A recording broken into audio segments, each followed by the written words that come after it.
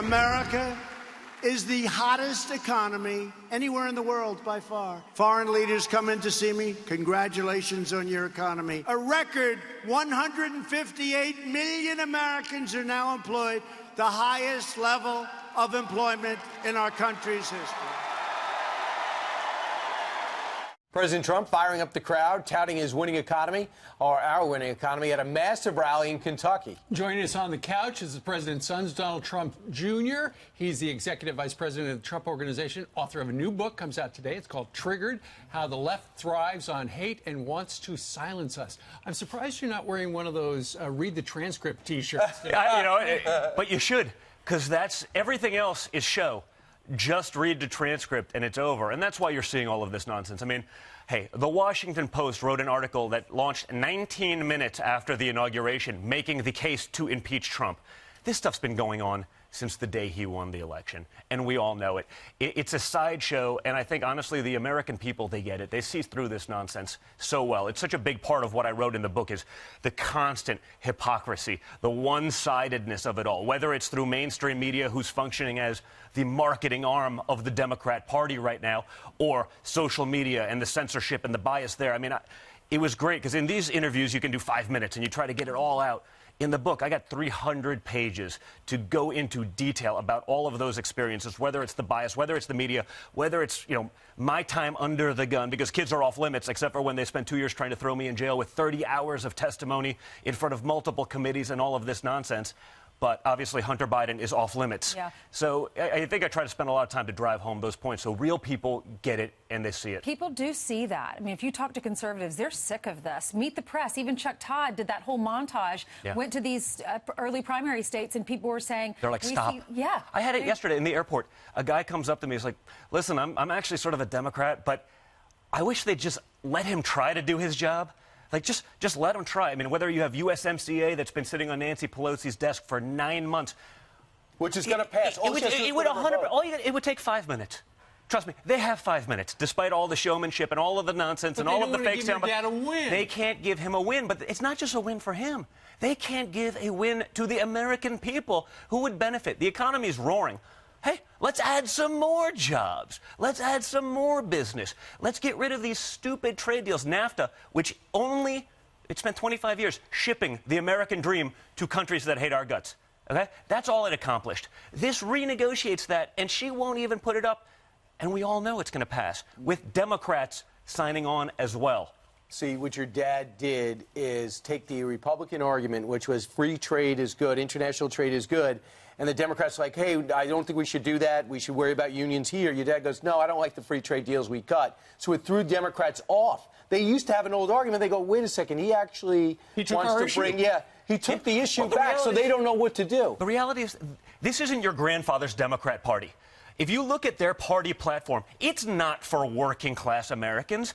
JFK would be an alt-right neo-Nazi terrorist, according to them today. But it's also not your grandpa's Republican Party. Well, I think it's changed because now, for the first time in 50 years, Republicans are actually fighting back. They're not just taking the loss because the mainstream media does the pylon. They're not just taking the loss because Hollywood and pop culture says you're terrible people for having, for clinging to your guns, your Bible, your religion, and all of those things. We said, hey, we have a fighter in the White House. We're actually pushing back for the first time ever and making gains, which is incredible. Yale University professor Ray Fair, Trump wins by 4 points. Moody's Analytics, Trump to win 332 electoral votes. Oxford Economics, Trump wins by 5 points, even in the case of a recession. All because of the economy right now. Well, because of the economy. By the way, because he's the first politician in modern history, and this is a big part of the book, who's actually kept the promises that he made on the campaign trail. I mean, it's an entire chapter. We have people that are, well, I don't like them, but man, imagine being a state in history where the anomaly, the unusual point is that the guy actually did what he said he was going to do. And people are shocked. They're like, I hate him, but he's doing the things that he said we wanted to do. I mean, think about when that's not the norm. True or false, your dad asked you to stop tweeting during the election. That's a good chapter. Or after he got the job. Well, there are a couple times. I mean, I realized, it took me 41 years to realize that I was probably a lot more like him than we ever thought. And, backed in a corner, we fight. But every once in a while, I get that call like, hey, you're getting a little hot on social. I go, wait a minute. Wait, your dad told you? Like, oh, yeah, this is the White House operator. The president would like to speak to you. Don, getting a little hot. I'm like, Give us an I example. will take your advice. That's exactly what he does. That's exactly what he does. I will take your advice on anything. I mean, this guy, he gets it. He understands life. He understands people. He understands human nature. You can really learn a lot from the guy. He's amazing. But I was like, this may be the one place where I'm just going to say I'm on my own, and maybe you don't have the authority to start talking about this because, everyone, have you ever had that conversation? No, we've never had that conversation with her. Right. So I think it works both ways. In the new book, Triggered, what are people going to read that they did not realize? Well, listen, I think what it allows, it gives me the long form to go into things like, hey, I've done 30 hours of impeachment, the nonsense during the Mueller trying to stuff. figure out They whether were or not literally you broke trying to the throw law. me in jail. I got to be the tip of the spear of the greatest political upset in history. You can only cover so much in a 5-minute hit on Fox and Friends. You can only cover so much on radio. This allowed me 300 pages to get into that. My history having a mother that escaped communism. I mean, that from a very young age really formed a lot of my belief system and why I'm so sort of active out there fighting against this nonsense when the Democrat Party is really becoming the party of socialism. It's not your grandfather's Democrat Party again. So I get to go into that in such great detail that I think people will see there's a lot more to it than just the sound bites that you can throw out on TV. Do you want to see your testimony released, like they're releasing all this other I'm 100% fine with it. Right. The reality is, like my father, here's the transcript. How come we don't see the Democrat? They're selectively leaking things. They won't put it all out in the open from day one, whether it was me when they lied to me about my WikiLeaks stuff. I get into that in there as well. Here it is. Right. See for yourself. Oh, well, you're not supposed to do it.